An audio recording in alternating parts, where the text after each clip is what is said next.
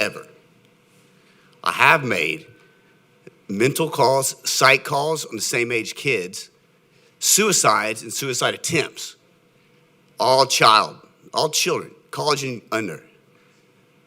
I get on scene and I have these kids messing with these masks, don't know what to do, freaking out. The parents call us to help them because of these. These kids are losing their minds. They don't know what to do. They want to listen to adults.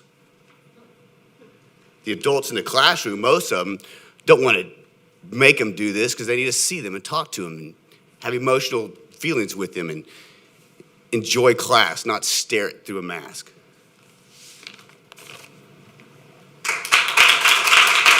We also have a speaker registered via Zoom for item F1. Ms. Jones, please admit speaker Keisha McCormick.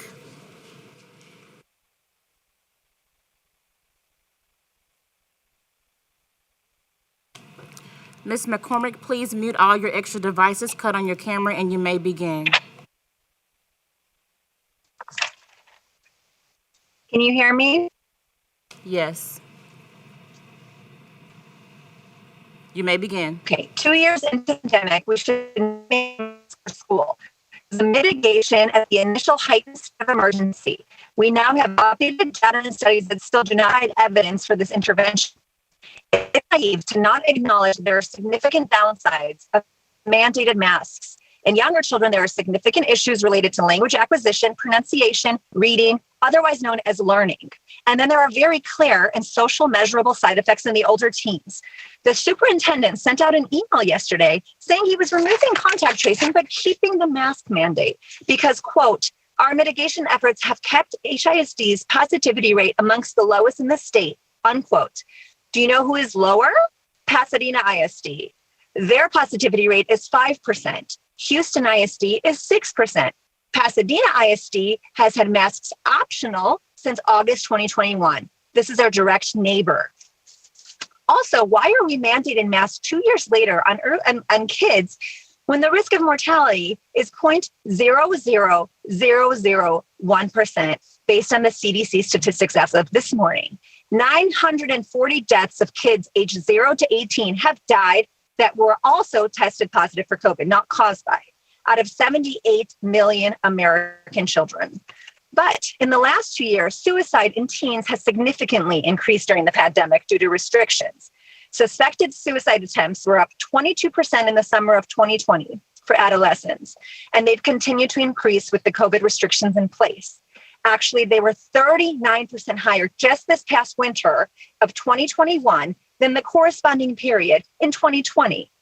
It is time to drop the mask mandate for our children, a measure that has no sound evidence of keeping our children safe, but overwhelming evidence of having consequential effects, significantly worse and widespread than the virus itself.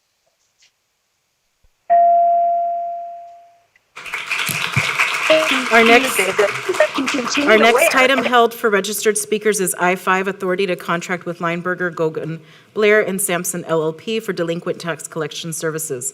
Ms. Jones, please admit Zoom speaker Megan J. The speaker is also registered for the hearing of the community. She's not online. Our next item held for registered speakers is K1, approval of proposed revisions to board policy, AE Local Education Philosophy, second reading. Will Angela Box please come to the podium?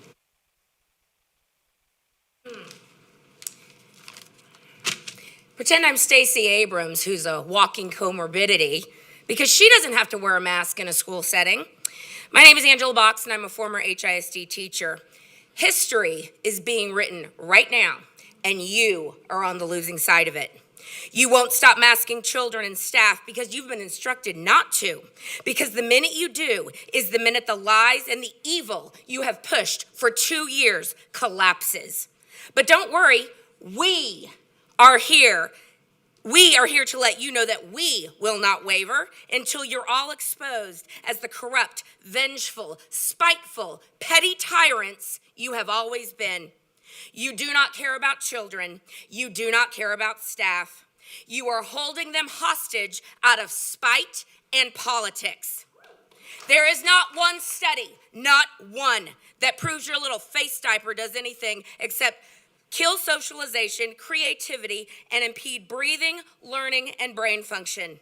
You are funded by left-wing psychopaths out of California, Washington, D.C., and other Democrat strongholds, and they control you. We are going to be here every month to highlight your egregious failures so the whole world can see them. But by all means, keep doing what you're doing. The Democrat Party owns failed public education and radical teachers' unions. They own skyrocketing crime. They own dysfunctional inner cities, and they own you. You're Democrats. Ergo, you are miserable failures. You are getting exactly what you deserve. We are going to defeat every last one of you. 2 down, 7 to go, and let's go, Brandon. Our next item held for registered speakers is K3, approval of the establishment of board policy, EF Local Instructional Resources, second reading. Ms. Jones, please admit Zoom speaker Allison Newport.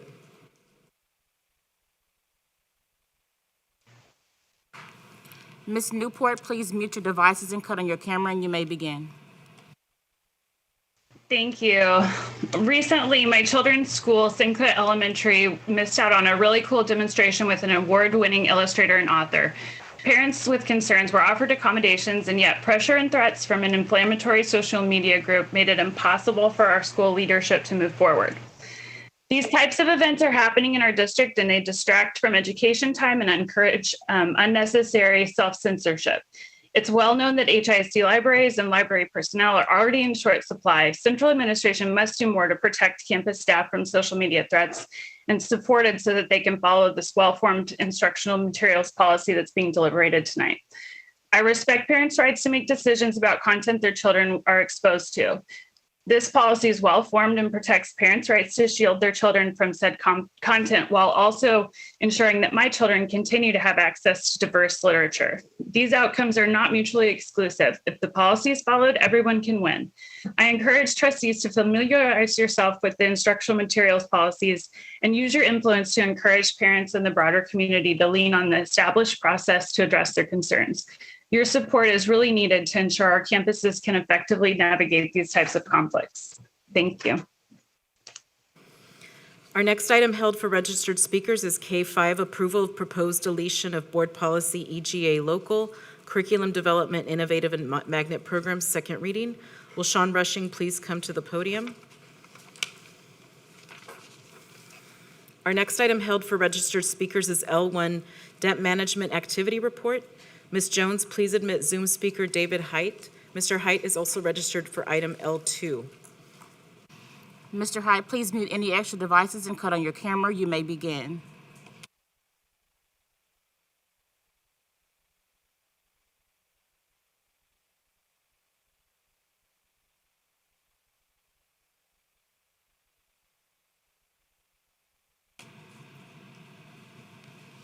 Mr. Hyde, please cut on your camera and you may begin.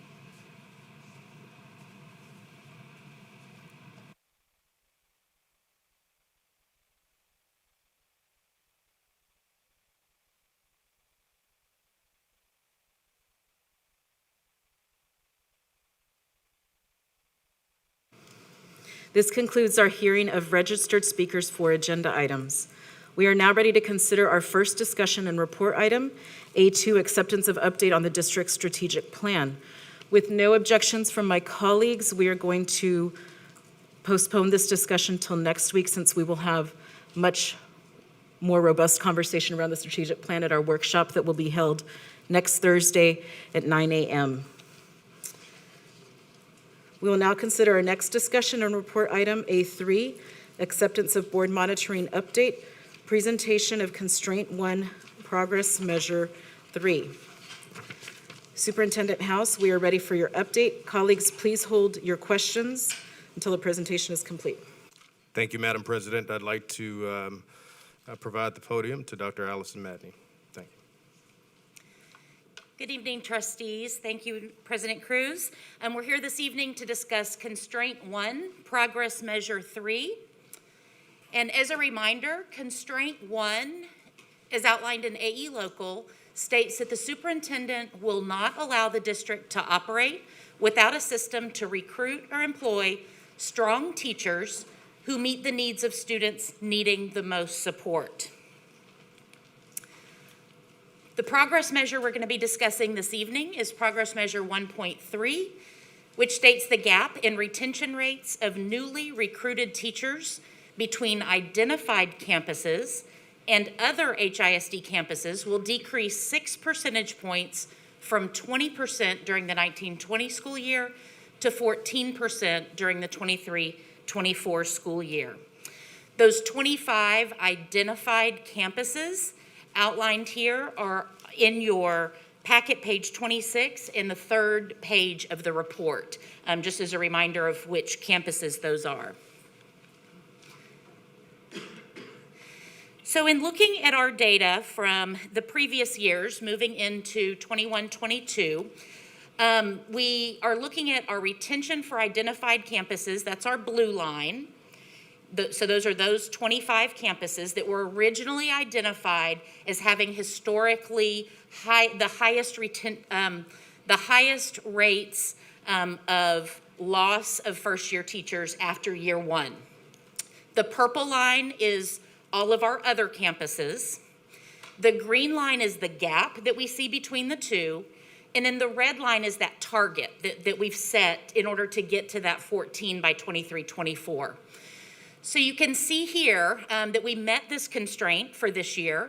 Our first year teacher retention rates increased for both the identified group of campuses as well as all campuses.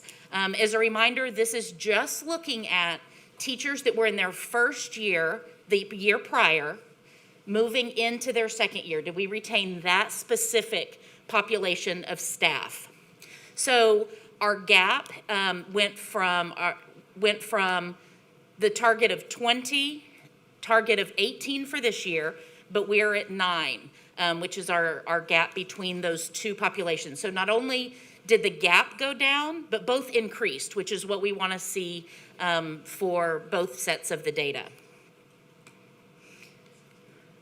So our next steps for this constraint progress measure, continuing to utilize the data to improve our recruitment and hiring practices, using updated, improved compensation plan for all employees, and improving teacher talent pipelines.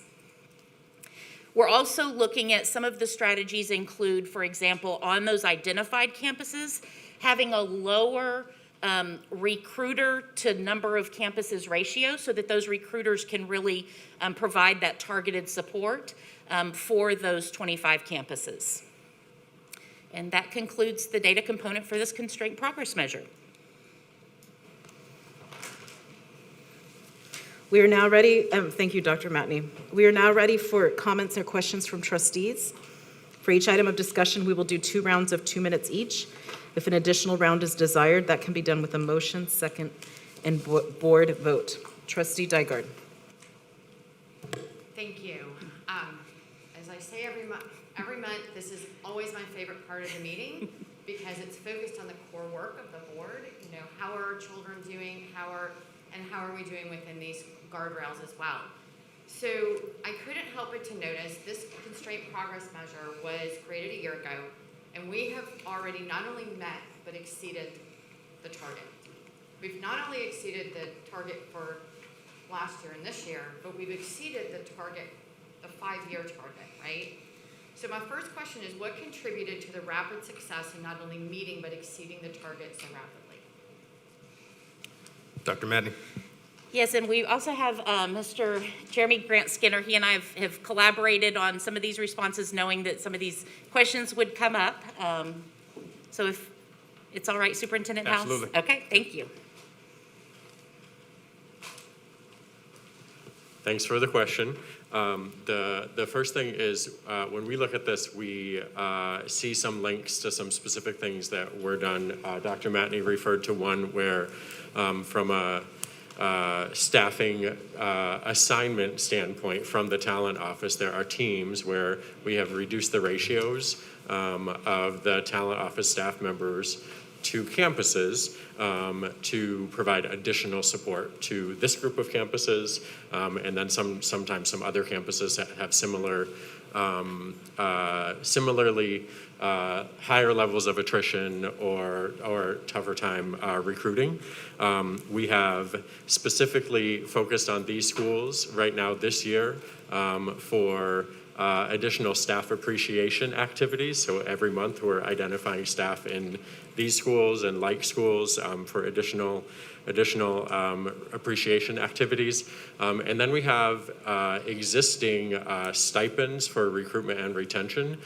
Some of those are general across the district, which we believe certainly played a role in the overall retention that you see here. For these schools in particular, some of them also are aligned with some other ways that we differentiate those stipends for some of our lower performing or challenged schools. Thank you. I think what I was looking for, do we know why, and are these things that you can sustain and grow on, right? So my next question is, were there any patterns in the distribution of success across the targeted campuses? For example, was this success on this progress measure consistent across all the targeted campuses, right? Did some go up more? Did some stay the same? Did any decline? Or was it consistent across them all?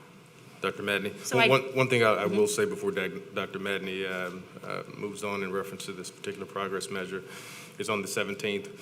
One of the, of course, priorities that we have that we're building the strategic plan on, we'll continue to build on this. So there will be several strategies to continue us on the trajectory that we're currently on to ensure that we're getting better here. Dr. Madney?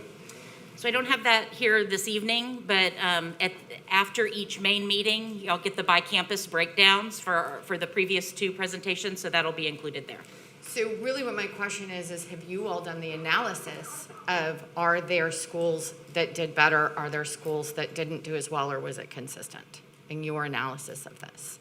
Because you can achieve this with some doing really well and others staying the same, or even some doing really well and some going backwards. Right, so that's a lot of what the talent office does when they're reflecting and identifying how they're supporting each of these things is where did it work, where did it not work, where did it work extremely well, and then being able to examine that back. And we look at the data from the research end and work with the talent office on ingesting that with those action items. Okay, wonderful, thank you.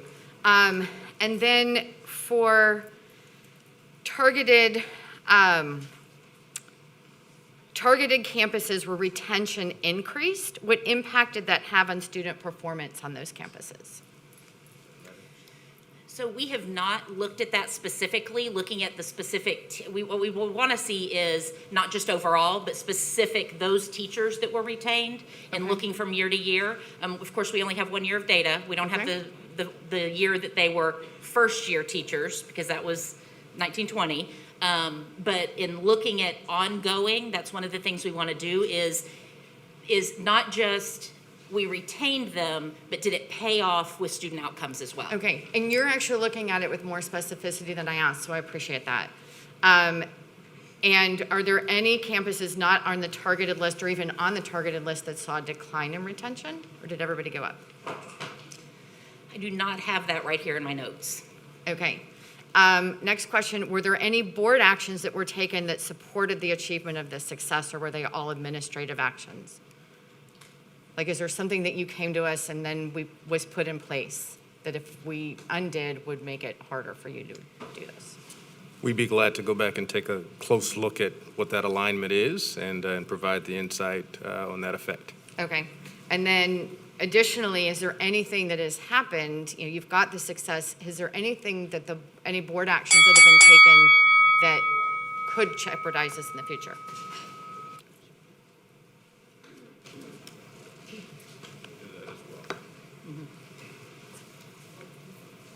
Trustees? Okay, I'll ask my questions since no one's in the queue yet.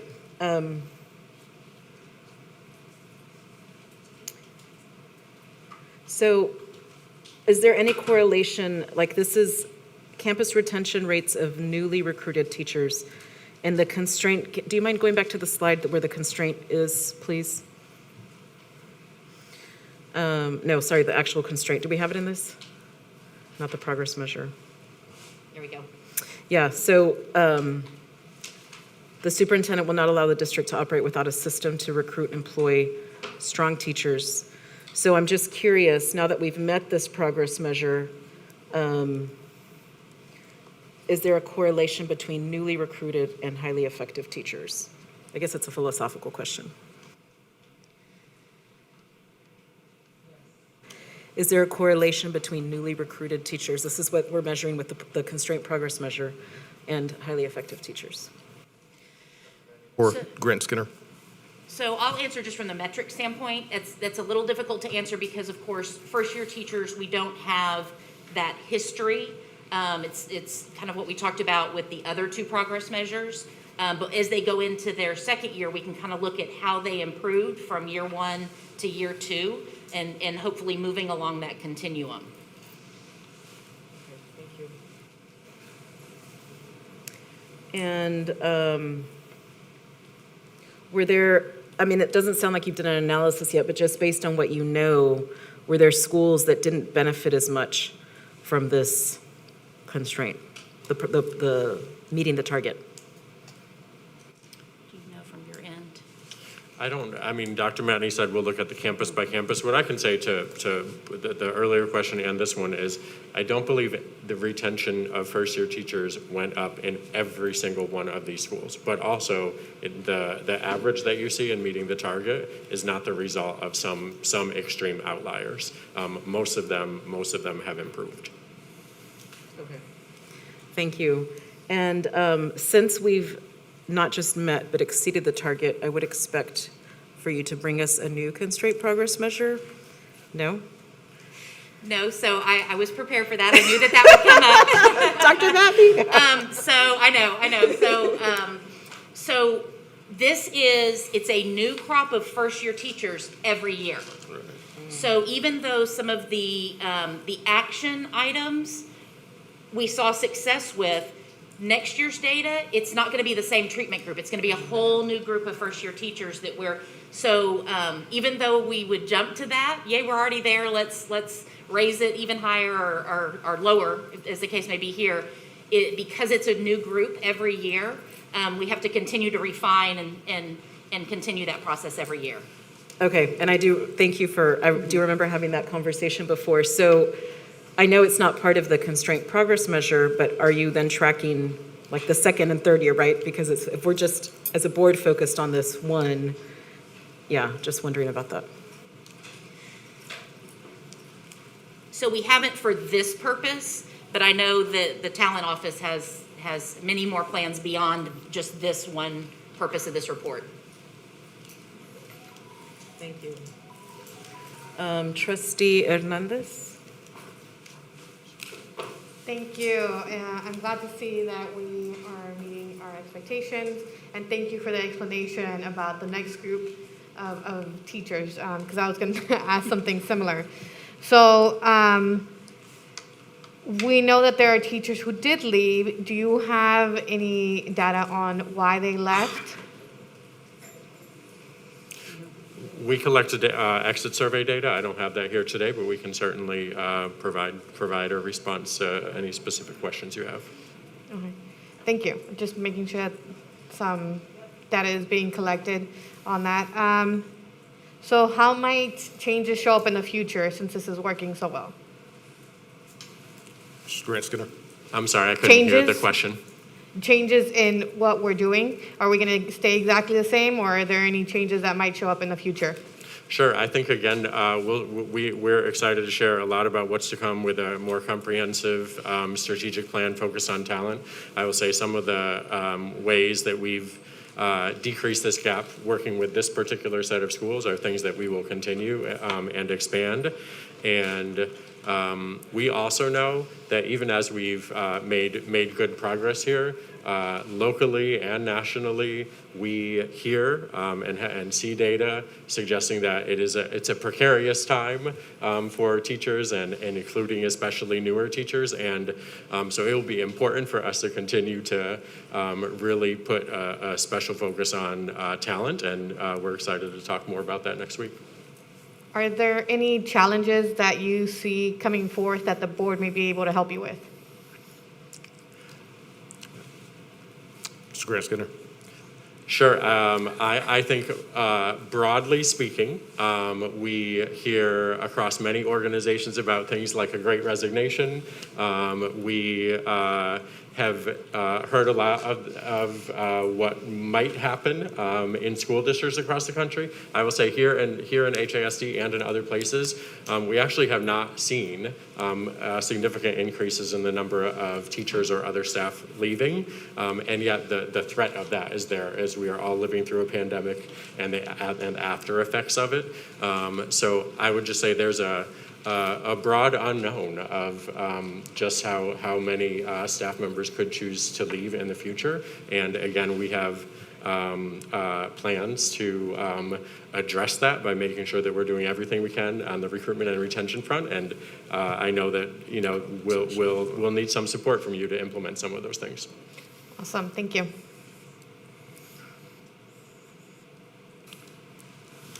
Trustee Santos. Thank you, President Cruz, Superintendent House, Dr. Matney for the presentation. So was there has there been an incentive bonus to tell us if teachers are opting out earlier than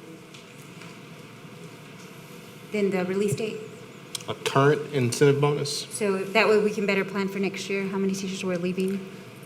Got it. In the past, the district has had an early notification incentive in some years. I think this is what Yes. you're asking about, and we're considering how we can encourage in multiple ways staff members who know for whatever reason that they may be leaving the district to tell us as early as possible, rather than waiting until the last date they technically can wait until, which is very late, which makes it hard to refill their position. Yeah, and the reason I ask is I'm wondering how we're factoring COVID-19, like how we're retaining teachers because they're either scared to leave or they haven't opted out yet, or are they going to? So that early incentive notification could be very beneficial. Will there be more supports built into this, piggybacking off of my colleague, Trustee Hernandez, built into supporting first-year teachers? If so, maybe this board can start advertising so we can make sure that we have the talent that we need for next year. Yes, we're definitely thinking about ways that we can increase support for first-year teachers, and one of the connections that I will make to something else that is on the agenda is being clear about what the instructional vision is for the district and providing really strong and consistent feedback through our teacher framework, instructional practice framework, and teacher evaluation process is a part of that. Okay, and I'm going to say it again, but protecting instructional time would be awesome too. Thank you. Thank you. No other colleagues in the queue? Oh, I see, okay. Trustee Baker? Thank you so much. Sir, and ma'am, does your plan also include an increase in salary, base salary? That's actually one of the items as we go into our workshop that we'll be providing a comprehensive update around. That's more so on the side of the budget as well. We will be having of course, on the 17th, the strategic planning workshop, and then we'll be moving into on the 3rd, the budget workshop, so that we can get into the comprehensive nuts and bolts around it. Okay, thank you. Trustee Bluford Daniels? Thank you, Madam President. With some of the questions that's being asked, can you tell us, please, that this month you're doing an outreach or a job fair this month that's going to prepare us for August, for the upcoming year, with new hires, with new teachers and staff, et cetera? There are definitely some strategies that we're looking at in reference to the upcoming school year, and Mr. Grant Skinner, you're more than welcome to share a couple of the things that efficiencies that we've put in place and things that we're doing to ensure that we're the best version of us that we can here. Sure. Two things that I will highlight are, number one, yes, this month we will be launching additional recruitment activities, and that goes beyond hiring fairs. We're thinking of ways to make sure we're getting our message out broadly, widely, and consistently. And the second thing that I will share is we're definitely taking a look at what our actual hiring timeline is, both for the ways staff members move within schools in the district and external hiring to make sure that we are moving the timeline earlier. Knowing that there are some interactions there with the timeline we have for a budget process, but we want to, even with that context, want to make sure we're hiring as early as we can. Trustee Dygard? Thank you. This is following up on Trustee Cruz's question about possibly revising the progress measure. So I think what I'm hearing is if you've put strategies in place and they're achieving success, especially if they're exceeding a goal, one might presume, hey, the right things are in place. We know the right things are in place. It's why we've made such great progress. It goes on autopilot. Now what's another area we need to focus on and achieve systemic change on, right? But what I think I'm hearing, and tell me if my interpretation is correct, that because you're looking at first-year teachers, it might take a couple more cycles to really know if the strategies you have in place are achieving the results that you want them to achieve. That'd be a correct understanding? Correct. Okay, thank you. One other thing specifically about this progress measure, though, is it is possible for the retention to decline and the gap target to still be met. Right? So I just want to caution us around that. Like if everything goes down, the gap can decrease, but everybody, the retention rate could still decline because we're looking at a subset of schools against the whole, right? So then if we could go to the slide with the superintendent's response, please. I've got a couple questions about that. And the first is, what kinds of data are you looking at and what is the data telling you the challenges are? Sure. Dr. Madney, So in connection with the Office of Talent, we look at these data components together, looking at, and I don't have all the wording up here, it's just the bullets of the next steps, but looking at different locations are there, because at some point this constraint is going to end, and do we have a new group of schools that we need to either bring in now or bring in once this ends and we continue, even if it's not a constraint. So we look at that piece. Also looking at what I referenced earlier, that the student outcome piece is what we're doing impacting the bottom line for students. And then is it impacting not just the new teacher, but on those individual 25 campuses, is it impacting the overall number of all teachers? So are these efforts that the Office of Talent is doing permeating through not just our first year teachers, but all teachers, getting at that school culture and those pieces? Thank you. And just to clarify, I'm looking at the report, not the presentation.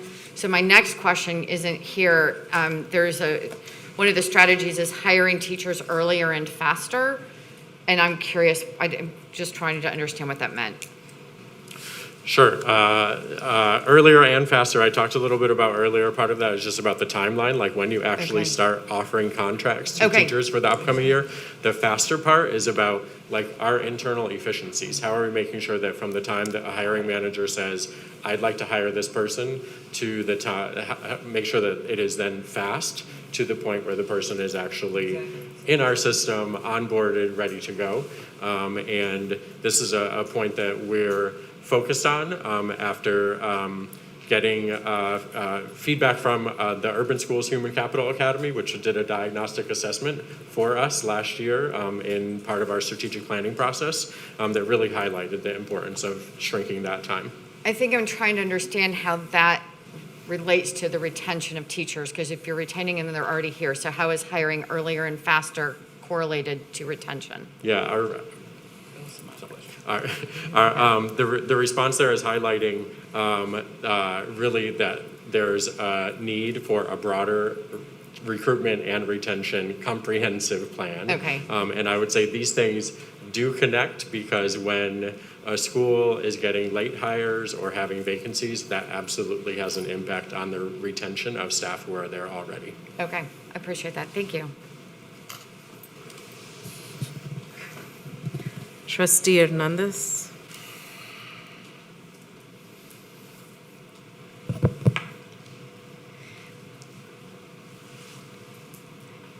Are we in the future going to cross-reference this list of 25 schools or any schools that may be added to the 24 schools that are in the transformational schools plan?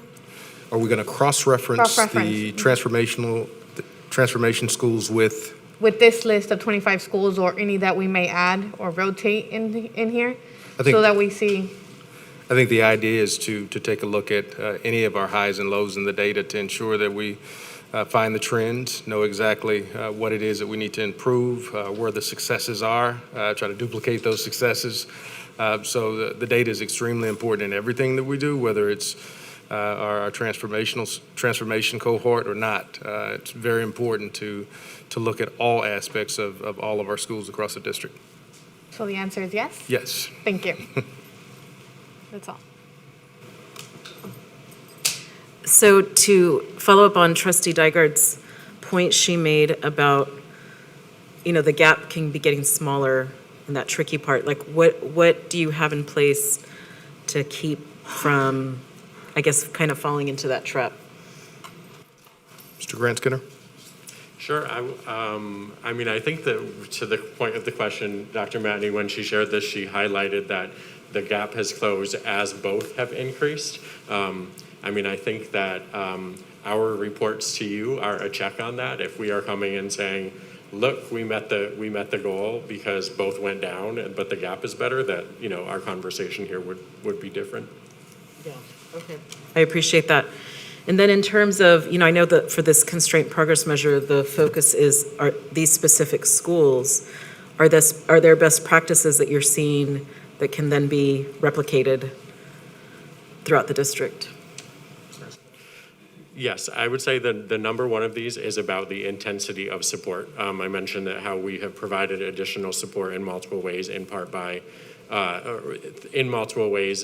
supported by the allocation of resources, right? By saying we have a recruiter or we have a human resources business partner who is supporting 10 schools instead of 18 schools. And that intensity of support is definitely a takeaway here, because the work to support first-year teachers and retain staff overall is very personal work that involves a lot of interaction and follow-up. I appreciate that explanation. It is indeed very personal work. Thank you. No other questions from my colleagues? We will now move to accept the presentation given to us. May I have a motion? So move, Santos. Is there a second? We have a motion by Trustee Santos and a second by Trustee Dygard. Please vote.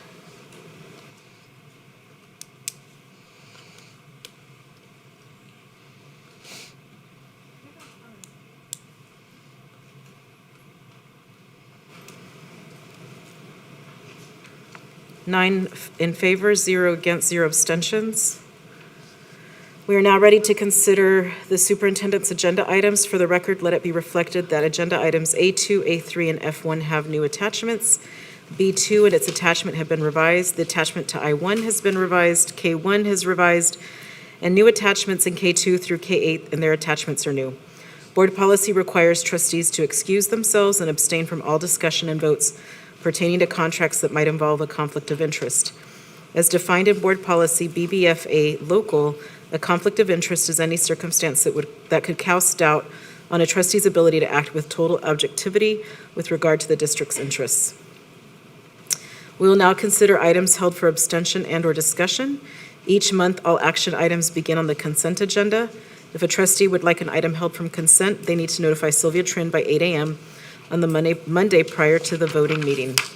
Trustees, as a reminder, everyone had the opportunity prior to this meeting to submit additional questions after agenda review to the administration. The Q&A document has been updated to reflect the additional questions. The updated Q&A was sent to all trustees via email, is in your SharePoint under February board meeting documents, and has been posted on the district website. Only 2 items are being held from the consent agenda, both at my request. I-4, approval of the February general fund budget amendment, and I-5, authority to contract with Linebarger Gogan, Blair and Sampson LLP for delinquent tax collection services. For each item of discussion, we will do 1 round of 1 minute per trustee. If an additional round is desired, that can be done with a motion, second, and a board vote. Our first item held from the consent agenda is I-4, approval of the February general fund budget amendment. May I have a motion? So move, Santos. Do I have a second? Again, Hernandez. We have a motion by trustee Santos and a second by trustee Hernandez. Are there any comments or questions from my colleagues?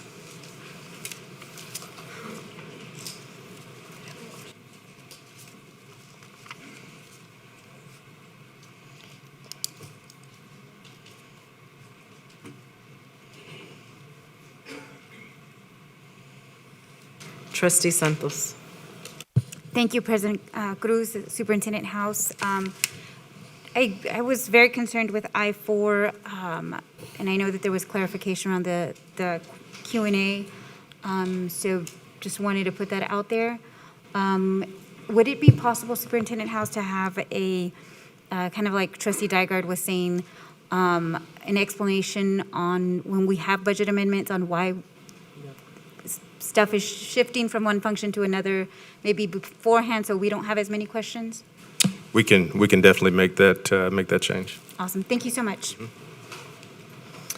I also wanted to ask a question because I think the concern that was expressed last week was about the $81 million being taken from instruction. Is it possible to get an update on ESSER funds and where we are? I know we talked about it, but I can't remember. We can absolutely provide an update for ESSER. We always want to make certain that not only our board but our public understands where we are, what we're doing. Even though there have been some deficits in the past, we're trying to work creatively to do what's necessary to move this strategic work forward, and that's including intertwining ESSER, general funds, and other things that we do. So we're definitely looking forward to sharing that insight and information moving forward. Yeah. I appreciate that. Thank you. Just point Trustee of privilege. Santos. So can I add to Trustee Cruz's point? So if there's a historical expenditure of where we were with the instructional budget from pre-COVID, during COVID, and then like a third column where the ESSER funding, so that would help clarify, you know, the historical expenditure, where we're at with the current budget, and additionally, what monies are being used from ESSER funding. So that would, I think, provide further clarification for us. And I think our upcoming board budget workshop will help clarify some of that. We're going to spend that time specifically on these items in terms of what some of the recommendations are moving forward. Thank you. Yep. Trustee Dygard. Madam President, since this is a change, we're getting these monthly now when used to not happen this way, I'd like to recommend that you consider offering for anybody who wants to take up on this a little 1-hour 101 training about how budget amendments work for the board, because I think that might help everybody understand better what this is, why it is, and will probably eliminate a whole lot of our questions. Thank you, and we'll get those calendared out and sent to everyone. Please vote.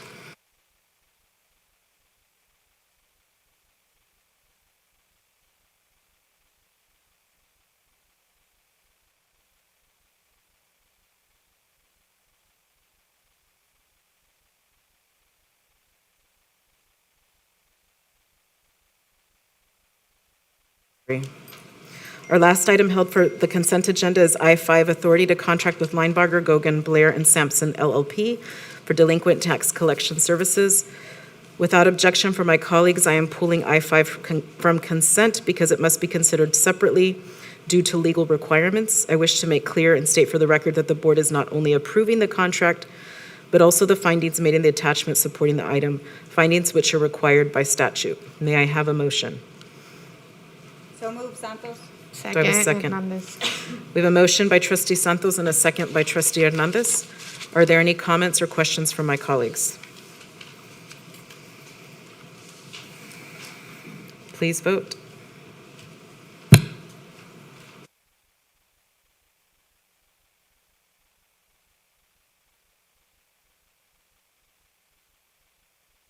Nine, 4, 0 against, 0 abstentions.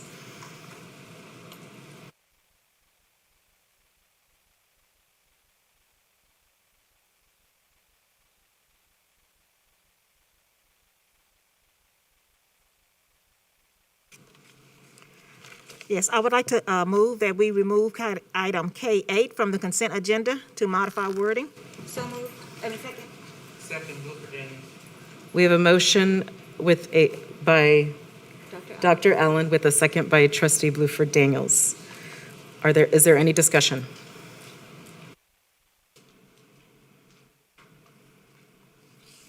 Go ahead and put it down. Okay. Yes, I would like to move. Okay, then I don't have any. Okay. Please vote.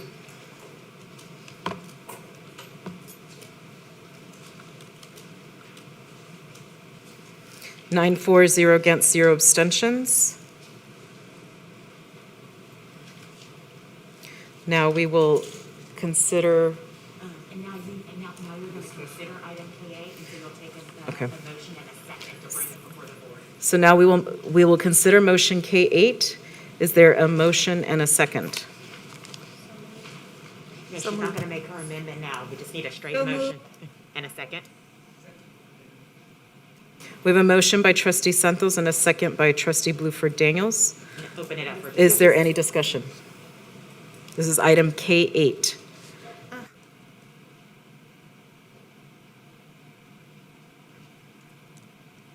Ready? Yes. I'm sorry, I didn't hear you call my name. I'm sorry, Trustee Ellen. I was like ready for you in my head. I move to amend the first line of K8 to, prior to participating in a pre-designated university interscholastic league program or other district extracurricular program identified by the superintendent, a student shall undergo a physical examination annually and shall submit a statement from a physician, a physician's assistant licensed by the State Board of Physician's Assistant Examiners, a registered nurse recognized as an advanced practice nurse by the Board of Nurse Examiners, or a doctor of chiropractic indicating that the student has been examined and medically cleared to participate in the program. That's my second. Do we have a second?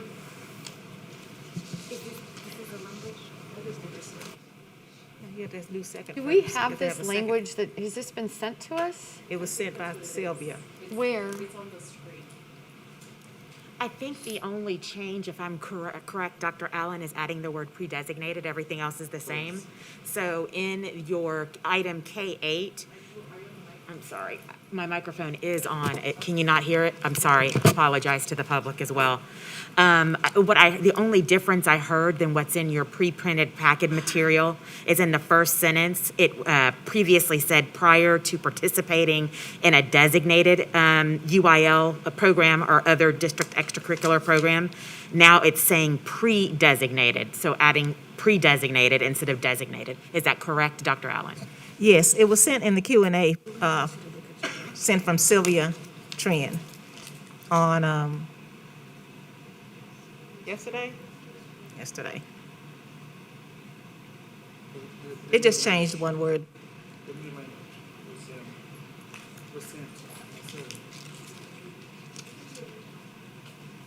So you're looking for a second still? Before we have discussion? No, we've already started discussion. Was there a second? Yeah, there was a motion and a second, I thought. Okay. No, there wasn't No, a there second? wasn't a Okay. second. That's why I'm checking. Okay. So she needs a second on her. Second. Okay, so we have a motion by Trustee Allen and a second by Trustee Bluford Daniels. Any discussion? Trustee Dygard.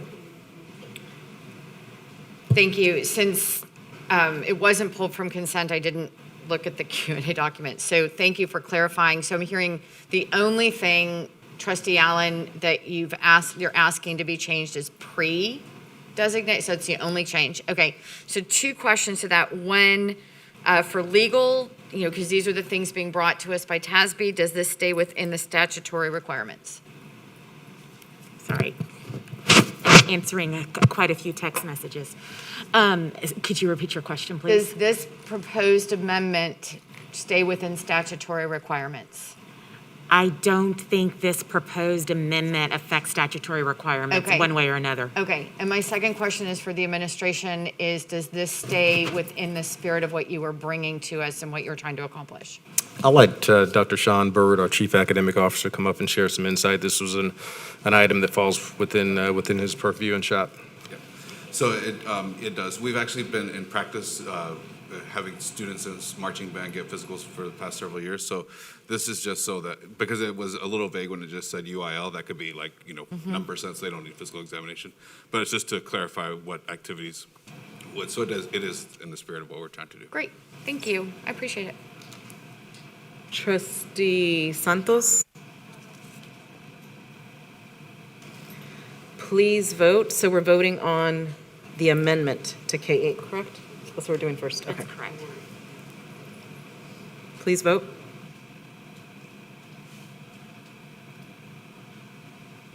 Nine in favor, 0 against, 0 abstentions. We will now vote on K8 as presented. As amended. Do I have a motion? We have a motion by Trustee Santos and a second by Trustee Bluford Daniels. Any discussion? Please vote. This is on K8 as amended.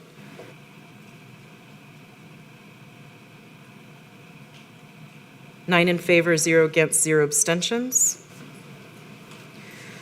Do I have a motion to approve the minutes of the regular monthly board meeting held on January 13th, 2022, and the special meetings held on January 11th and 20th, 2022? We have a motion by Trustee Santos and a second by Trustee Bluford Daniels. Is there any discussion? Please vote.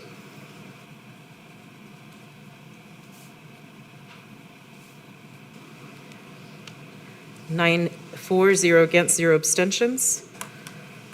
We are now ready to consider items discussed in executive session. Are there any motions?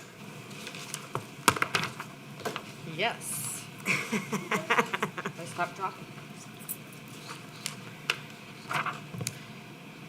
I move that the board approve the settlement agreement in the matter of Santi Enriquez versus Houston Independent School District in the 234th Judicial District Court of Harris County, Texas, cause number 2018-91257, and the terms discussed in closed session effective February 11th, 2022.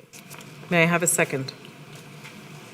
So moved. A second, We have a motion by Trustee Dygard and a second by Trustee Santos. Please vote. Oh, wait.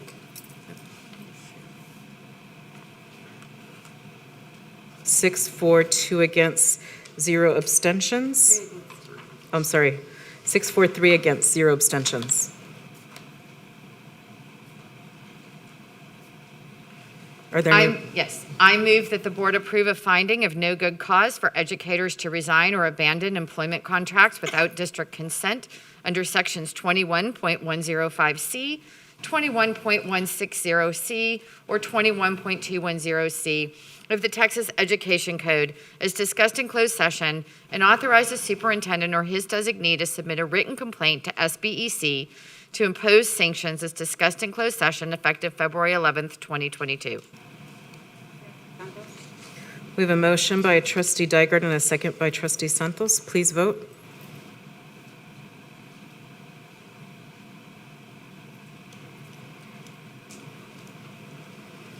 Eight in favor, 1 against, 0 abstentions.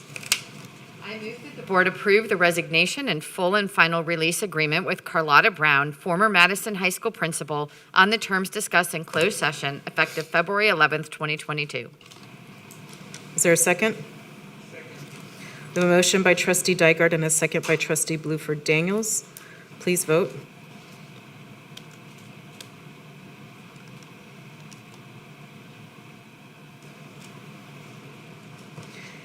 Eight, 4, 0 against, 1 abstention.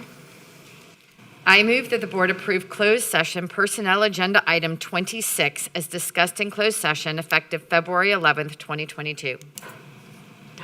Is there a second? Second, Hernandez. We have a motion by trustee Dygard and a second by trustee Hernandez. Please vote.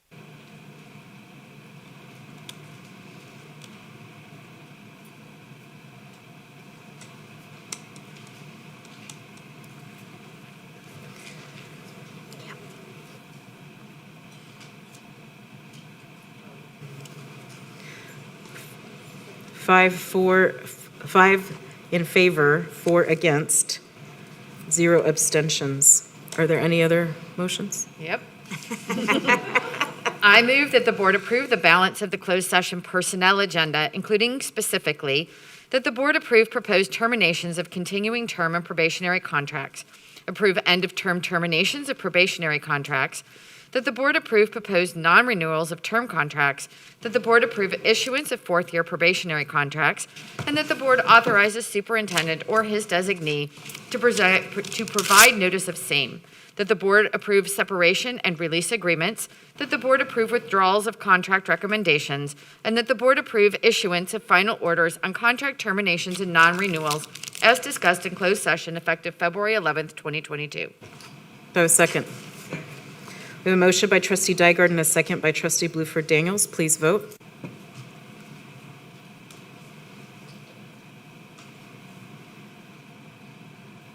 Nine, 4, 0 against, 0 abstentions. That's it? Wait, there's more. Oh. It was just the end of personnel. I move that the board authorize the superintendent or his designee to negotiate and execute agreements granting easements and encroachments along Quitman Street near Kettleson Elementary School, Marshall Middle School, and Northside High School to the Greater Northside Management District and Metro for the purpose of pedestrian and transit infrastructure enhancements on the terms discussed in closed session effective February 11th, 2022. We have a motion by trustee Dygard and a second by trustee Bluford Daniels. Please vote. 9, 4, 0 against, 0 abstentions. Drum roll, please. Here's the last one. I move that the board authorize the superintendent or his designee to negotiate and execute an agreement with the city of Houston for the removal of land use restrictions and reversionary interest placed on the previously conveyed Rufus Cage Elementary School property in exchange for payment of the fair market value of the property at the time of sale on the terms discussed in closed session effective February 11th, 2022. Do I have a second? Second. I have a motion by trustee Dygard and a second by trustee Santos. Please vote. 9, 4, 0 against, 0 abstentions. We are now ready to consider the balance of today's agenda. Do I have a motion to accept the balance of today's agenda by consensus? So moved. Is there a second? Second. We have a motion by trustee Santos and a second by trustee Dygard. Please vote.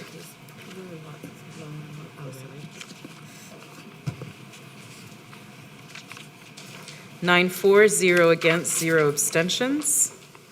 Y'all, we're rocking and rolling. I'm so proud of us. Look at the time. We will begin the hearing of the community. Speakers, we are glad you are here and look forward to hearing your views. Only those who registered by noon yesterday may speak this evening. Copies of handout materials must have been provided to board services by noon yesterday. We have 33 registered speakers remaining this evening.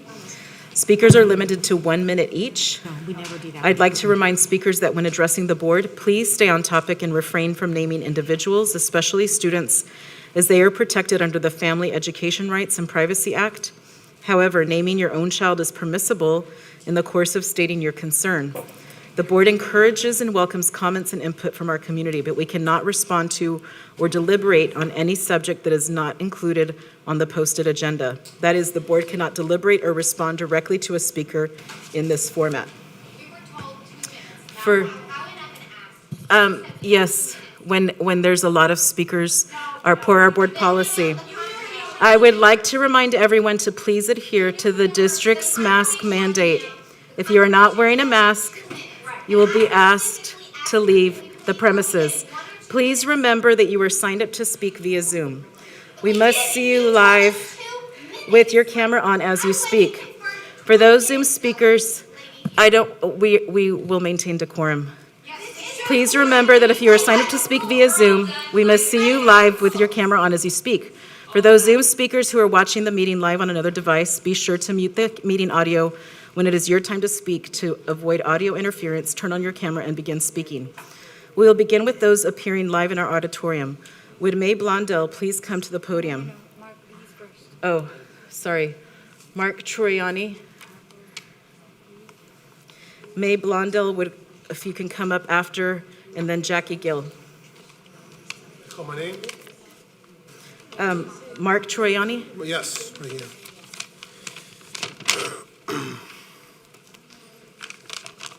Here we are again. It's now February 2022, and you're still forcing us to wear a mask. Don't you know it's illegal in Texas?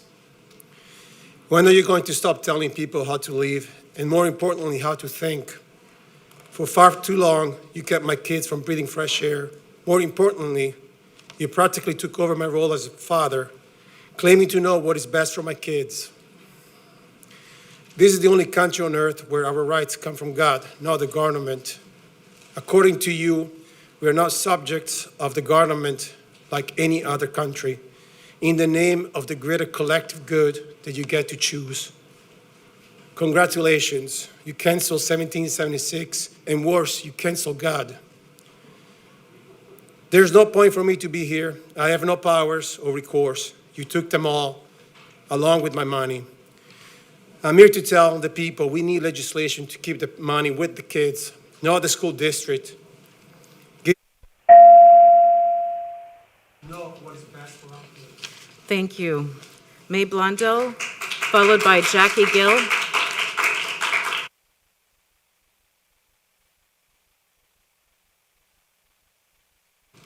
May Blondell, Jackie Gill, then Carrie Incavo. Hi, good evening. My name is May Blondell, and I'm here to talk about that I'm against sex education in the schools. So my son attends Energy Institute. We come from a private school, and so I'm against teachers and governments and schools teaching our children about sex. What I would like is that you give us sensitivity, the Christian parents, like you give LGBT parents, if boys can wear dresses and be called pronouns, and you respect those parents. I would like for HISD to respect my choice of no and allow me to opt out my son from sex education. I want to teach him, that's his father's job, and I do not feel that my taxpaying dollars should support sex in our schools. Jackie Gill, followed by Carrie Incavo and Laura Gandler. Pipe. All right, so I'm going to read a book that someone already complained about, but let me tell you what it says since I only have a minute. It's called Flamer. It's in two of our middle schools, Hogg and Meyerland. Well, what I mean is, we're all just here talking about these chicks. I think it sucks about how I broke his heart. Actually, I know her. She went to St. Michael's. Great. You guys have got me rushed now. Thank you very much. Let's just read this part. We're each busting a load into this bottle. If you don't come, you have to drink it. Ha, ha, ha, ha. Uh-oh, I think I figured out what their taking care of business means. This is in our middle schools, 11 to 13-year-olds. A lot of you have kids and grandkids. Would you want them reading this? I think you're on the same page we are. It's okay that your progressivism can stop here now. This is ridiculous and disgusting, and I'm embarrassed that we promoted this author in our schools. You should be ashamed. Carrie Incavo, Laurel Gandler, and Jackie Abreu Hill. Made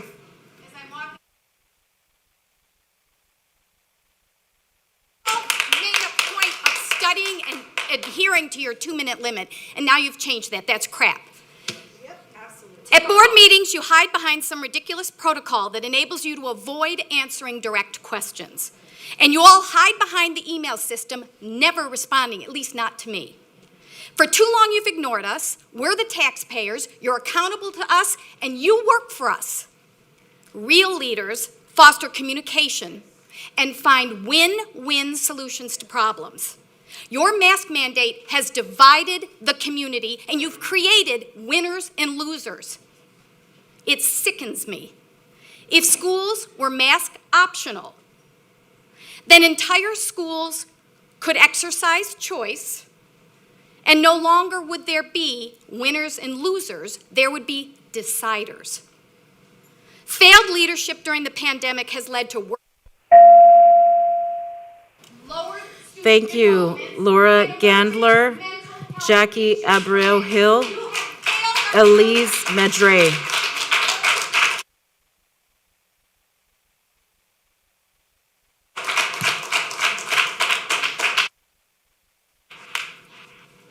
All right.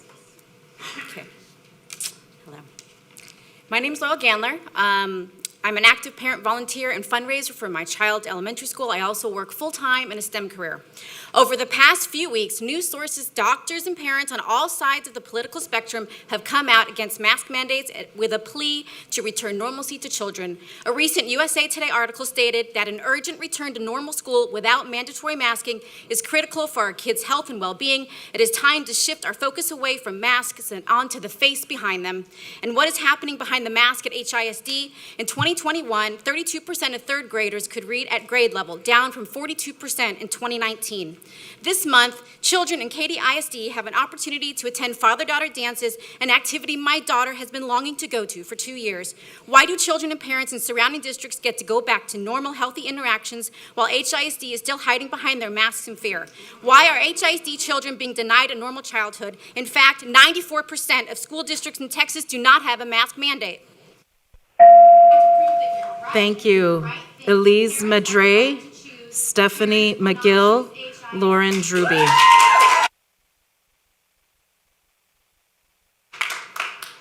Good evening. My name is Elise. I'm a mother to 3 children, a civil engineer, and a Teach for America alum. Teachers need to see the children's faces, and children need to see the teachers. When I was teaching, I would not let my children come into the classroom unless they gave me a high five and they had to smile.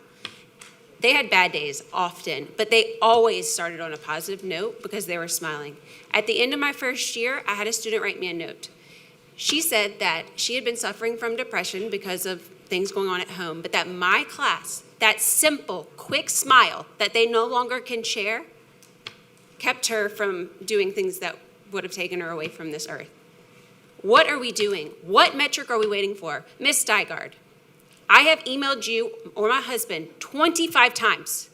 You have responded 1 time the week before elections. To no surprise, I never heard back from you. If we can't talk now, you won't respond. You will not respond to my emails. How are we? Thank you. Stephanie McGill, Lauren Druby, Ana Flor Lopez Millan. Did you say Stephanie McGill? You are muzzling us tonight just like you muzzle our children every day. And we would like to know why. What gives you the right to enforce these illegal mandates for years on end on other people, on our children? How do you shoulder the weight of the detriments that this mandate has caused them? Unburden yourselves. You are not in charge of our children. You have taken so much from them. Everyone wins with the option to mask. Unclench the grip you have so tightly around our children. You hide your interests under the guise of public health, safety, and moral responsibility, and it is a sham. These children are your collateral damage. The repercussions to them are now widely known. Stop using them, and stop shaming those of us who actually care about their education and well-being. Lauren Druby, Ana Flor Lopez Millan, Elizabeth Weaver.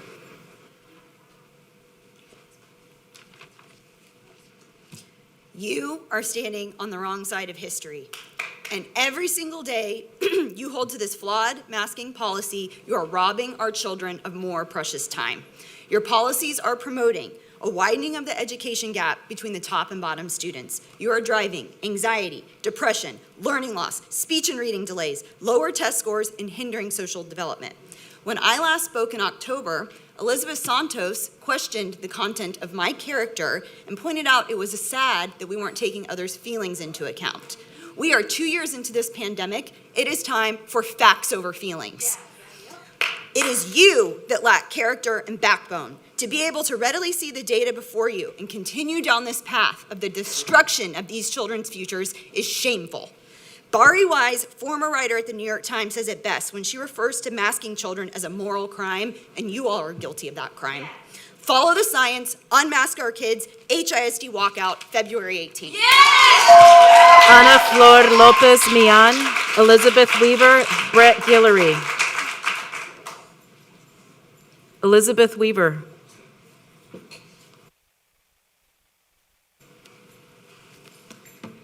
This is no longer a pandemic of the coronavirus. It's a pandemic of fear. You are using this virus as a foothold to maintain absolute power over our children and to stoke fear. You are supposed to be leaders tasked with overseeing education in our community with prudence, courage, and rational thought. Instead, our children have been pawns in this political agenda, subject to 2 years of physical, educational, and emotional delays. Our children are collapsing academically and emotionally under your watch. I saw the email touting HISD as having one of the lowest COVID rates in the state. It's under 1%, just like every other mask optional district. And if you're taking credit for that, are you also taking personal accountability for the increased depression, anxiety, suicide rates, failing enrollment, low test scores? Release the chokehold that you have on our kids and make it mask optional. It has to end now. It's gone on too long. Brett Guillory, Jennifer Swallen, Jackie Anderson.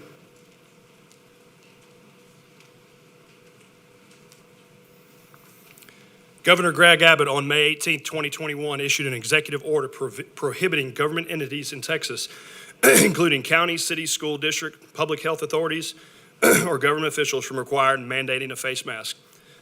This is Stacey Abrams in a Georgia school with kids in masks. She is not. This is one of the main reasons why I'm running for United States Congress in Texas's 38th Congressional District, to fight unlawful mandates such as this one. Houston ISD, end the mandate. Your future Congressman, Brett Guillory. Jennifer Swallen, Jackie Anderson, Amy Wiley.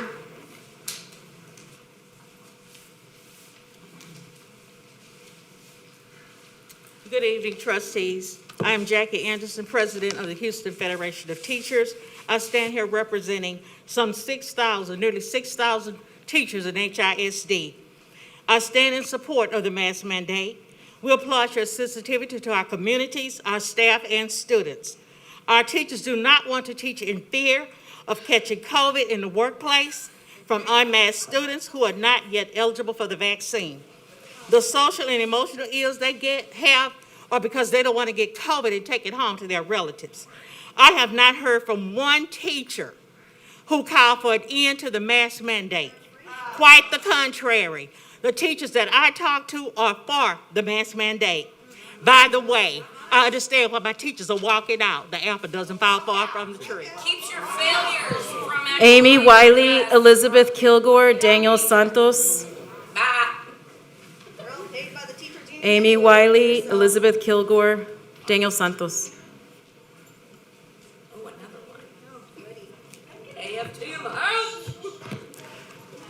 Please refrain from making audible noises so we can hear the speaker. Good evening, members of the board and Superintendent House. My name is Daniel Santos, Executive Vice President of the Houston Federation of Teachers. HFT applauds the superintendent's decision to maintain the current COVID-19 mitigation framework, which includes mandatory masking.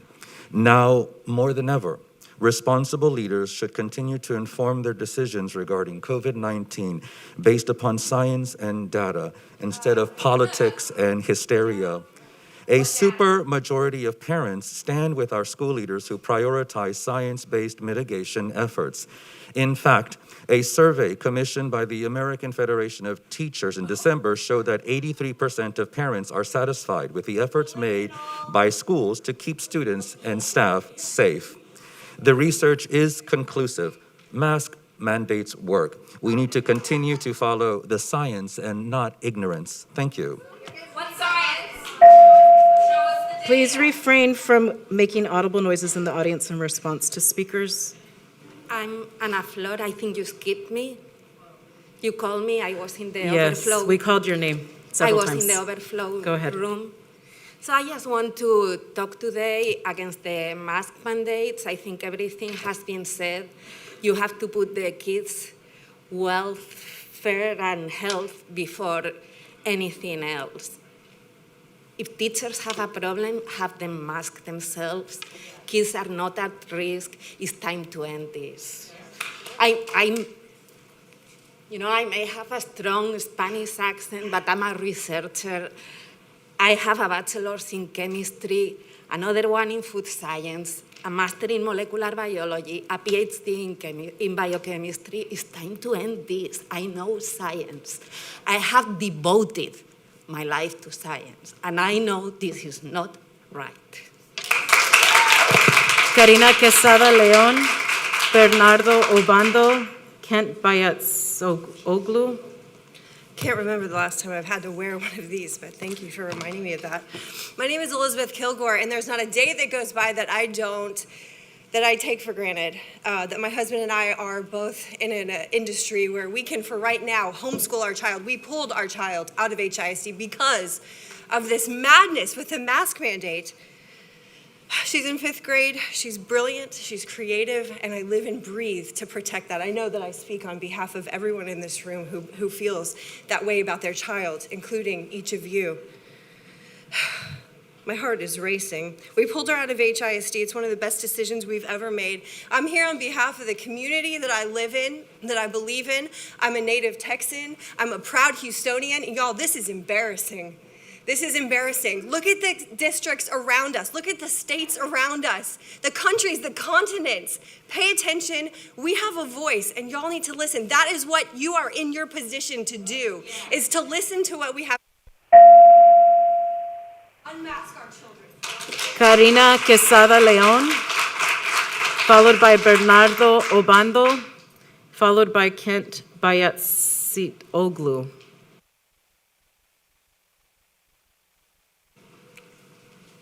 I've got a few items today. I'm in favor of the mask mandate. I would not have sent my eldest to school had it not been in place.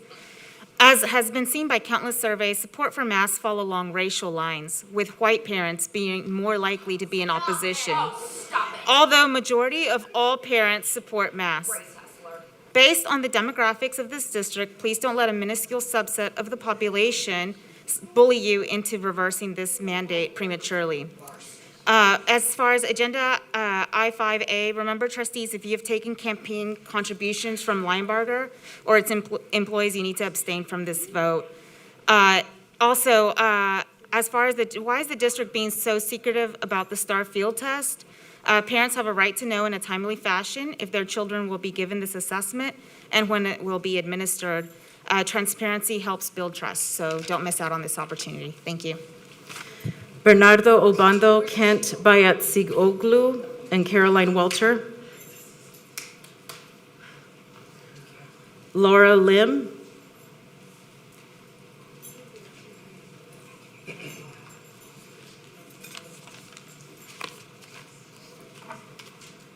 You might think I'm a privileged and spoiled woman, speaking before you and just throwing tantrums because your children are still masked. We escaped the communist regime that was about to take over the entire country. We came here with nothing but the clothes on our backs. Despite all the hardships, discrimination, and racism, we still prospered and persevered. Yes, I do consider myself privileged and grateful every single day that I get to live in a country that doesn't persecute us for exercising our God-given rights to breathe fresh air and to make our decisions over our own bodies. It saddens and frightens me that all of you here have taken away those same rights from my children that my entire family escaped from many years ago. For what? You keep saying it's for our own good. That kind of rhetoric is reminiscent of the communist regime forced upon my home country before they tortured and killed my people. Take a good look at this girl. This is one of the few times she was allowed to show her identity and smile at school. She loved school. Forced to wear an illegal piece of material over her nose and mouth for 2 years. Yes, forced. You go to your social events with your friends and family with a mask.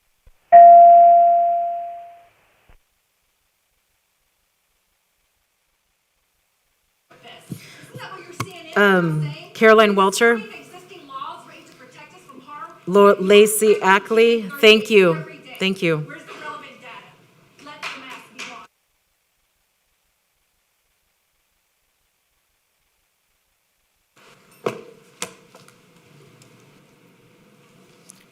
Superintendent House, last August you said that your decision to move forward with a mask mandate was a personal one as a parent.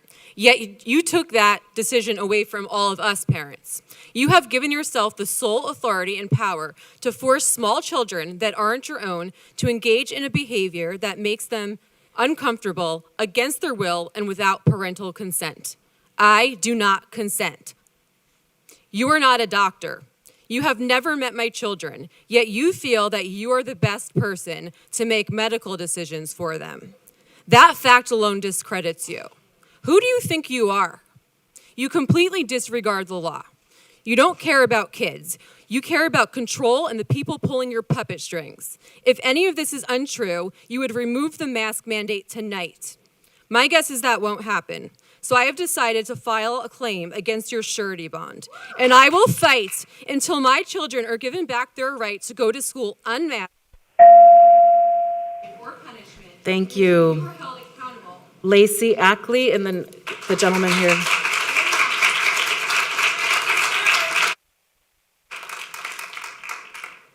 Hi, I'm Ken Baitsatolu. I'm here to talk on the mask mandate. Thank you for letting me speak. In the age of widespread, coordinated, unconstitutional censorship and digital book burning, it's rare that a contrary opinion to the official narrative is allowed to speak. However, listening to everyone here, I don't think my opinion is that rare. The data does not support masks, but we do know that the data does show that masks do harm, so please stop that. In addition, your town hall on December 7th on vaccination was a farce. It was an hour of propaganda. We were supposed to be able to ask questions. However, they cut off the questions from people 15 minutes in, and they were using threatening language that unvaccinated people can't see their family during Christmas on December 7th, and you showed no data. Ms. Dygard, you asked for data in one of your earlier talks. Thank you. Lacey Ackley, Sandra Francis.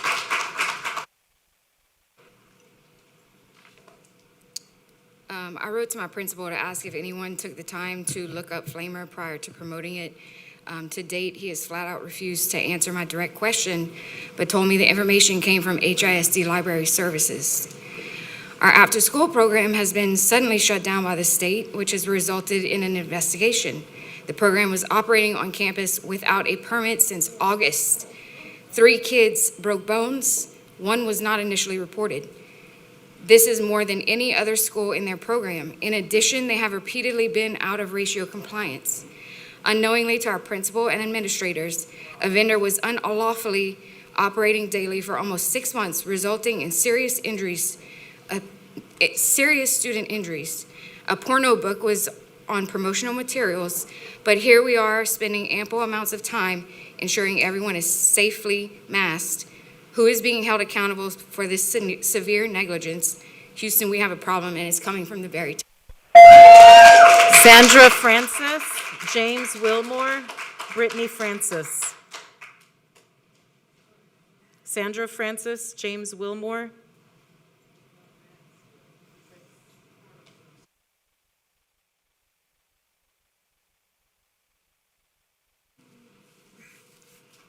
Good evening.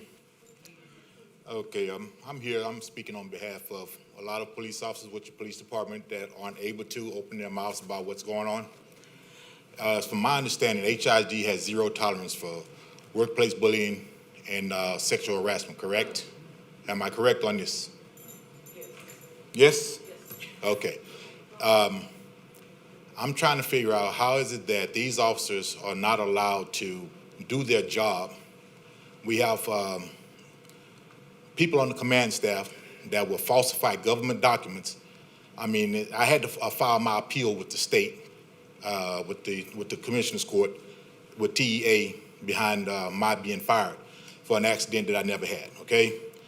Your assistant chief is very unethical. She's doing things that she should not be doing.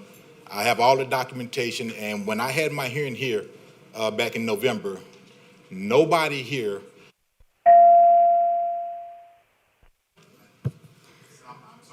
Brittany Francis.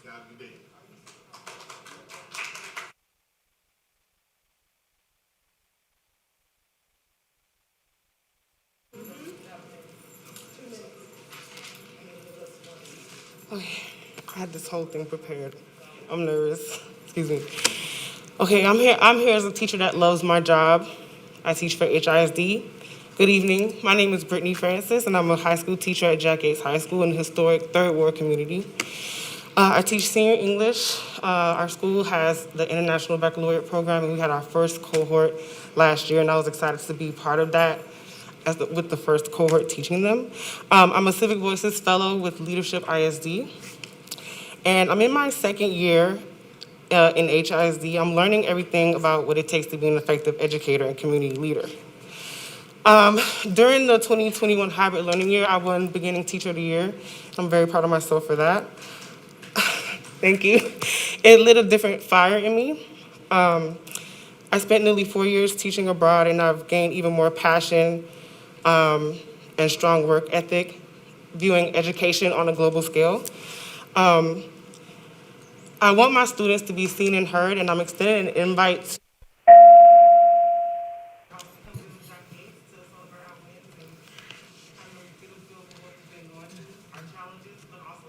Thank you. Next, we will hear from registered speakers who signed up to speak virtually via Zoom. Again, comments are limited to 1 minute each, and each speaker's Zoom connection will be terminated at that time. Ms. Jones, please identify and admit our speakers. Ms. Jackson, please mute any extra devices, cut on your camera, and you may begin.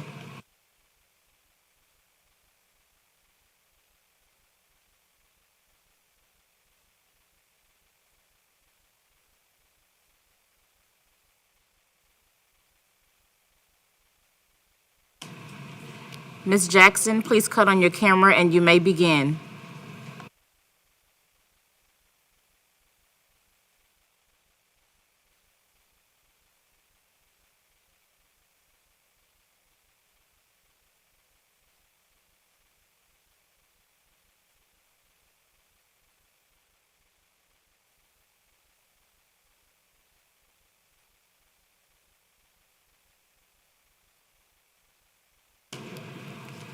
Ms. Quintero, please mute any extra devices, cut on your camera, and you may begin.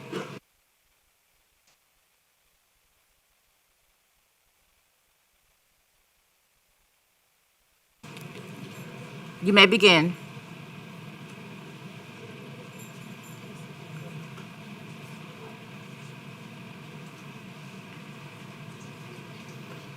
Ms. Quintero, please mute any extra devices, and you may begin.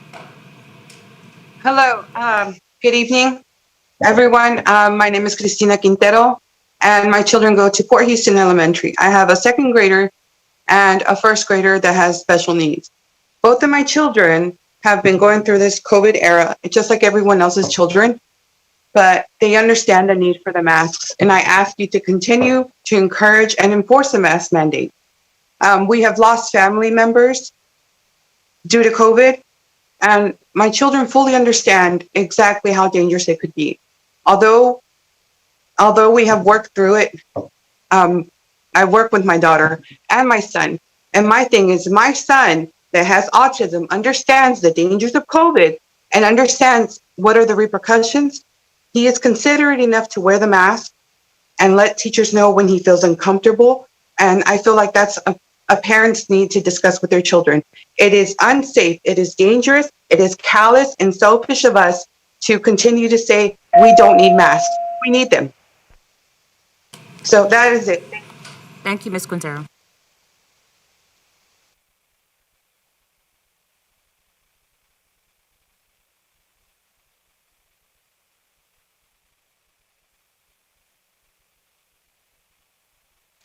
That has autism. Ms. Fernandez, please mute your extra devices, cut on your camera, and you may begin. Considerate enough to wear the mask and let teachers know when he feels uncomfortable.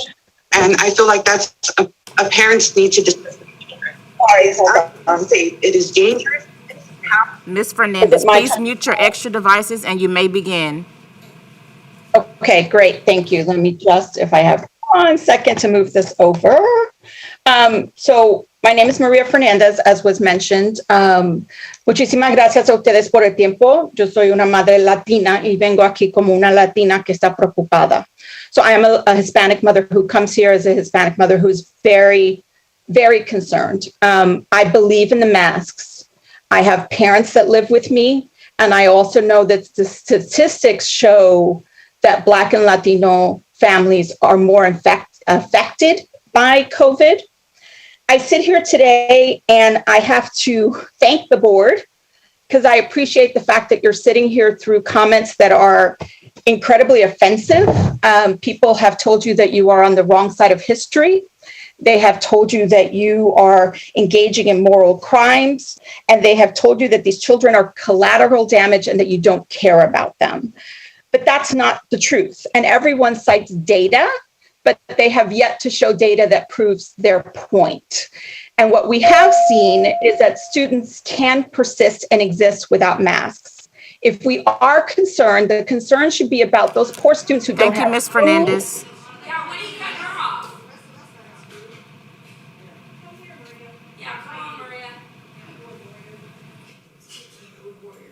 Are there any other Zoom speakers, Ms. Jones?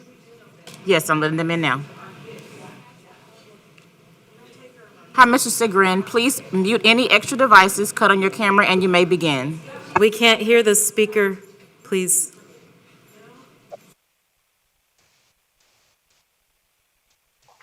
I do not know why I'm upside down. I apologize. My name is John Seagren. I'm a teacher at North Houston Early College High School, where I sponsor our Climate Activism Club. And I also work with students from other campuses across the district. Today, I want to focus on styrofoam lunch trays, which our district goes through millions of every school year. Styrofoam is a plastic, and their production helps worsen air quality and contributes to global warming. Once students are done with their trays, they are not recyclable, and so they go to landfills where they take over 500 years to decompose. In that time, they break into smaller and smaller pieces until they get into our soil and our food. Styrofoam is awful. That is why Austin and Dallas ISD have transitioned away from styrofoam lunch trays and now use biodegradable trays. We reached out to Dallas ISD and we found out that that transition cost them less than a penny more per tray. And it decreased their contribution to landfills by 30%. They gave us the name of the company that they used, and I will email that to all board members as soon as I am done speaking. Please meet with our students so that we can talk to you about how HISD can build a more sustainable future for our district. Thank you.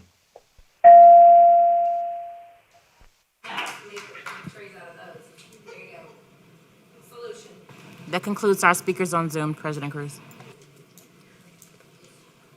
We are now ready to hear reports and comments from board members. Please limit your time to 1 minute per trustee.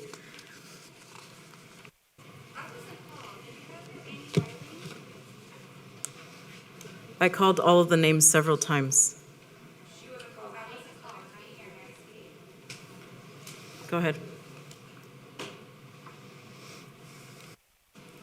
Yesterday's White House press conference made it clear that each school district makes their own COVID-19 protocols. So I am holding you, not Lena, not Abbott, not the CDC or Biden, accountable for the protocols you put in place for 200,000 students.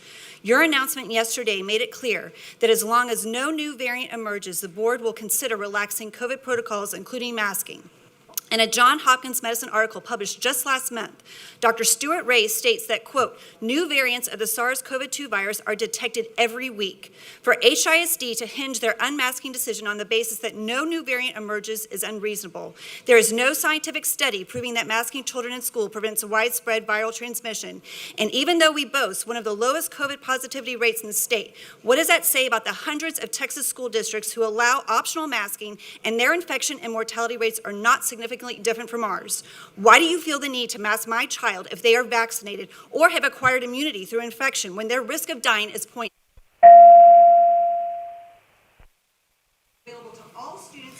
Thank you, Ms. Wiley. Thank you. We are now ready, thank you. We are now ready to hear reports and comments from board members. Please limit your time to 1 minute per trustee. We'll start at the end. First, I'd like to say thank you for this evening, and then I'd like to make sure my students, teachers, and parents have a happy Valentine's Day, happy Mardi Gras, celebrate Black History, happy Chinese New Year, and happy President's Day. Thank you. I want to say thank you to everyone that came tonight. I appreciate your comments and concerns. We value your time that you take away from your families to come. I want to thank the board members for our weekend retreat, where we learned a lot about time spent on student outcomes, and that's the priority of our district, is to make sure that we're giving the students the best. Out of deep respect for my fellow colleagues,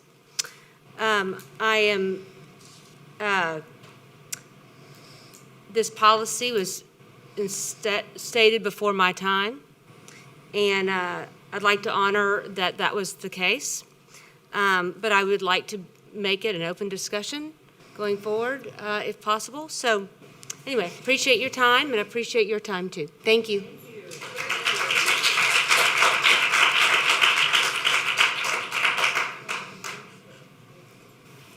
Thank you, Madam President. Also, I'd like to thank everyone for coming out. It really is important for us as a board to hear everyone's perspective. And we do, whether you all believe it or not, we do consider your perspectives and we discuss it. So I just want to let you all know we are hearing you. But I want to also discuss Black History Month. You know, the history of, the beauty of history month, particularly Black history, is that we have an opportunity to reflect, mourn our losses, and there were many, celebrate our heroes, and again, there were many, and then to reflect. And as we reflect, ask my colleagues that we look into the future and that we protect, celebrate, and support our African American babies who are at the very bottom of the gap in learning. Thank you all. Happy Valentine's Day. Thank you, Trustee Guidry. I want to piggyback off of that. As an English teacher, as someone that, for a 10-year veteran English teacher, I just want to say that books open minds, books create critical thinkers. If we want to make sure children get books appropriate for them, give them access to a librarian. Kids are attracted to books that speak to them. Banning books doesn't ban voice. It makes it louder. You can't stifle a child's search for self-understanding. If your child is reading something you think is inappropriate, good. That book just gave you a chance to have a discussion about something important to your child. It opened a door. It opened a door to their inner world. So, please let them finish their comments. Books teach us history. People that choose to ignore history are ignoring books. Thank you.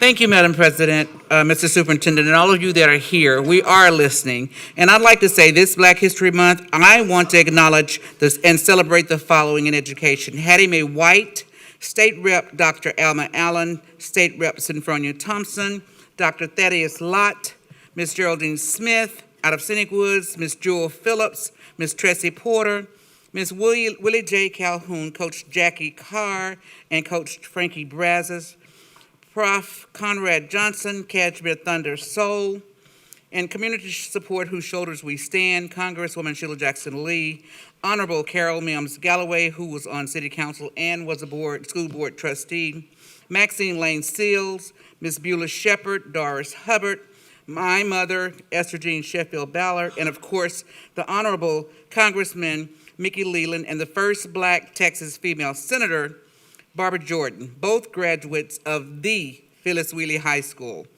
Students' zip code should not determine their access to quality education. In 2022, as we celebrate Black History, I need everyone to get out and vote as if your life depended on it, because it does.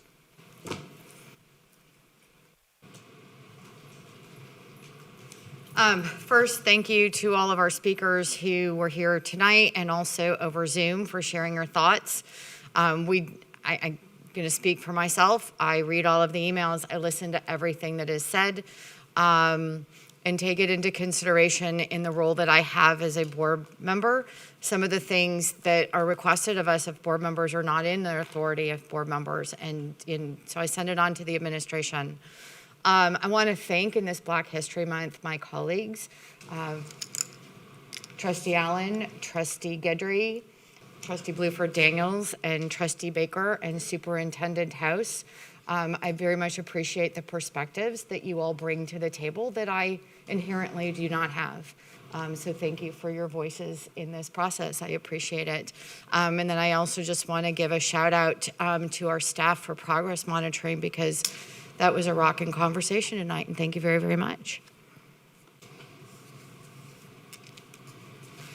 Thank you. I want to first honor all of the speakers who came out tonight, and most of whom I know from the campaign trail. I want to let you know that I hear you, we hear you, and hopefully soon something will be resolved regarding the mask mandates. I agree they should be optional. I would like to say, I would like to also highlight some of the awesomeness, some of the present day trailblazers within the district. Each and every day throughout this district, teachers of every color contribute to the uplifting of our nearly 200,000 boys and girls. Black history is not just for blacks, it's for all races. Black teachers impact not only black kids, but brown and white kids as well. We all share in Black history because we all have benefit from Black educators. Black, brown, and all colors are to be congratulated. When one of us rise, we all rise. So today, I want to recognize all teachers, Black, white, Hispanic, Asian, and all of them for being trailblazers during this Black History celebration. God bless you all.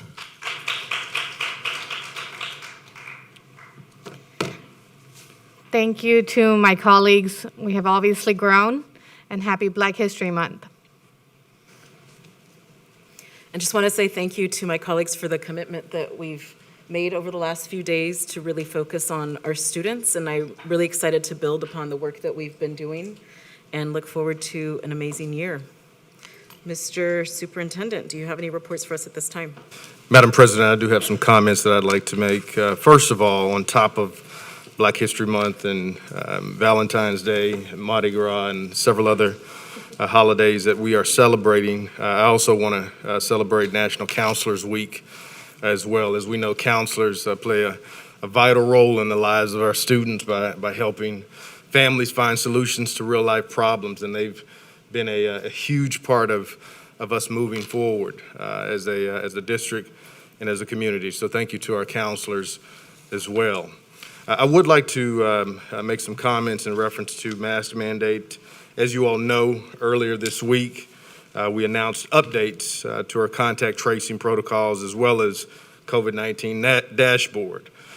Data from the City of Houston Health Department shows that as of this week, nearly 18% of the children 5 to 11 are fully vaccinated, and a little over 60% of the children 12 through 17 are vaccinated. We'll continue to work with our mitigation strategies and assessing several factors, including data and guidance from public health experts, to make any updates to our COVID-19 protocols and Ready, Set, Go plan. If the current trends continue and data shows our conditions are improving greatly, we will reassess our COVID-19 protocols on March the 11th. And when school resumes on March the 21st, a scenario exists where masks will be optional as a possibility, but strongly encouraged. We can only get there, as we know, if we all pull together and continue our efforts of mitigation that we know are working. Masking, testing, hand washing, vaccinating, all the different things that we're doing, I think are very important. Couple other items that I'd like to mention before we exit today. Number one, last week we had about 100 students that actually signed scholarships on National Signing Day, athletes that we're very proud of. These are individuals that I emphasize that will have a free opportunity to go to college. And it's important. When I spoke to these young people, I talked to them about going to get that paper. And I'm not talking about a paper in reference to the idea of money. I'm talking about paper in reference to the idea of a degree. So we're very proud of these students and look forward to them moving towards the idea of being a college scholar and an athlete at the same time. I am also very proud of the team at this dais as well, the strategic planning that's going on, the push that you all are pushing towards each other to become a better board. I see it happening before our eyes. February the 17th will kick off, of course, a strategic planning workshop. So looking forward to providing that update to the team. It's been, seems like a long time coming with all the listen and learns, all the focus groups, all the roundtables. Our team has been working extremely hard to get to this particular point, and I'm very, very proud of the work that's coming together. On top of that, on March the 3rd, we will host a budget workshop as well to really show the overlay of what our strategic plan will look like and how we'll be able to support it from a financial standpoint. Lastly, just want to again thank staff and our student body, parents, for all the hard work. It's been a very difficult 22 months for everybody. Parents, students, people on both sides of the aisle. The whole idea is for our students to continue to learn at a high level, and we're doing our best to ensure that that happens. Thank you, Madam President. La próxima reunión de la mesa directiva será el 10 de marzo y la reunión de revisar la agenda será el 3 de marzo. We look forward to seeing you at our next regular board meeting on March 10th, 2022. Agenda review for that meeting will be held on March 3rd, 2022. There being no further business, this meeting is officially adjourned at 7:24 p.m. Buenas noches.